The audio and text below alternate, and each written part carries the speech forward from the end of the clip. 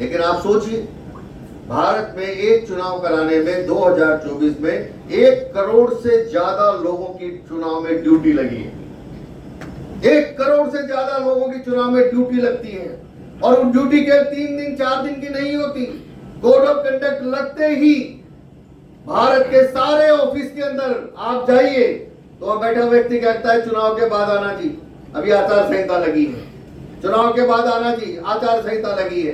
कोई भी काम हो, छोटा सा आपका काम है, तब भी वो कहता है चुनाव के बाद आना, आचार संहिता लगी है। ये बार बार, यानी इतने लोगों की हमारे देश की जो एक टोटल मैन पावर है, जो इस सिस्टम को नीचे तक, गुड गवर्नेंस को पहुंचाने वाली है, जो वेलफेयर स्कीम को नीचे तक पहुंचाने वाली है, जो यहाँ पर लॉ एंड ऑर्डर ठीक रहे उसके लिए काम करने वाली हमारी फोर्सेस है, हमारी बॉर्डर की सुरक्षा रहे उसकी काम करने वाली हमारी फोर्सेस हैं।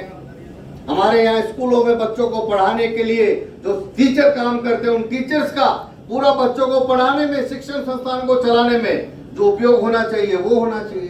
कितनी बड़ी मैन पावर हम अपेक्षा कर रहे हैं, लेकिन मैन पावर हमारे देश में पूरे साल भर वोटर लिस्ट बनाना, वोटर को डिलीट करना, वोटर को ऐड करना, हर साल में 3 महीने, हर साल में 3 महीने पूरा प्रशासन, पूरा सिस्टम इसी काम में लगता है।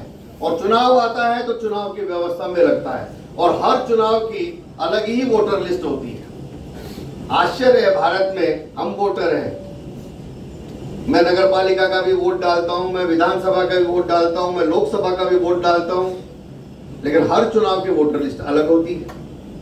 हर चुनाव में मेरा बूथ बदल जाता है। क्यों बदल जाता है भाई? जब मैं भारत में रहने वाला, मेरा एक परमानेंट एड्रेस है, मेरा परमानेंट, मैं यहाँ का वोटर हूँ, मेरा बूथ परमानेंट है, तो फिर वोटर लिस्ट की अलग अलग क्यों जरूरत है? हर चुनाव के लिए नई नई वोटर लिस्ट बनाने के लिए पूरे प्रशासन की व्यवस्था, करोड़ों अरबों रुपए उस पर खर्च होते हैं। कहां से हमारा ये सिस्टम नीचे तक गुड गवर्नेंस देगा? किस प्रकार से हम देश में नीचे तक वेलफेयर स्कीम्स को पहुंचाएंगे? पूरा का पूरा सिस्टम इलेक्शन मोड में ही रहता है।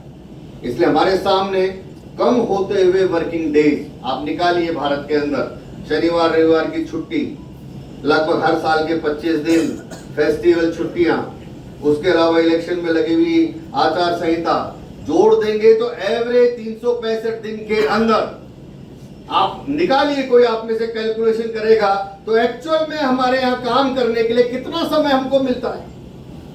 हम तुलना करेंगे चीन से, जापान से, लेकिन हमारे यहाँ काम करने के लिए कितनी मैन पावर हम सही ढंग से काम करने के में लगा पा रहे हैं। हमेशा एक फेस्टिवल और छुट्टी के मूड, चुनाव के मूड के कारण से देश में जो एक काम करने का वर्क कल्चर चाहिए, धीरे धीरे कहीं ना कहीं उस वर्क कल्चर में कमी आ रही है। हमारे वर्किंग डेज कम हो रहे हैं, वर्किंग आवर्स कम हो रहे हैं, हमारी मैन पावर, हमारे रिसोर्सेज का जो सही देश के लिए उपयोग होना चाहिए, समाज के लिए जो होना चाहिए, कहीं ना कहीं उसमें कमी आ रही है। ये एक बहुत बड़ी समस्या बार बार चुनाव के कारण से आ रही है।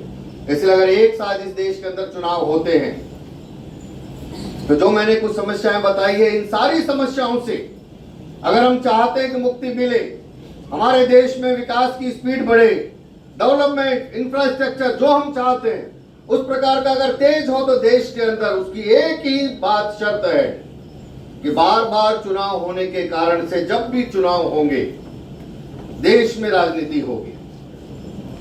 चुनाव है तो पॉलिटिक्स होगी, बार बार चुनाव होंगे, हर साल चुनाव होंगे तो हर साल पॉलिटिक्स होगी। इसलिए हमारे यहाँ पर सामान्यतः जो लोग कहते हैं कि देश के अंदर राजनीति ज्यादा होती है, विकास कम होता है।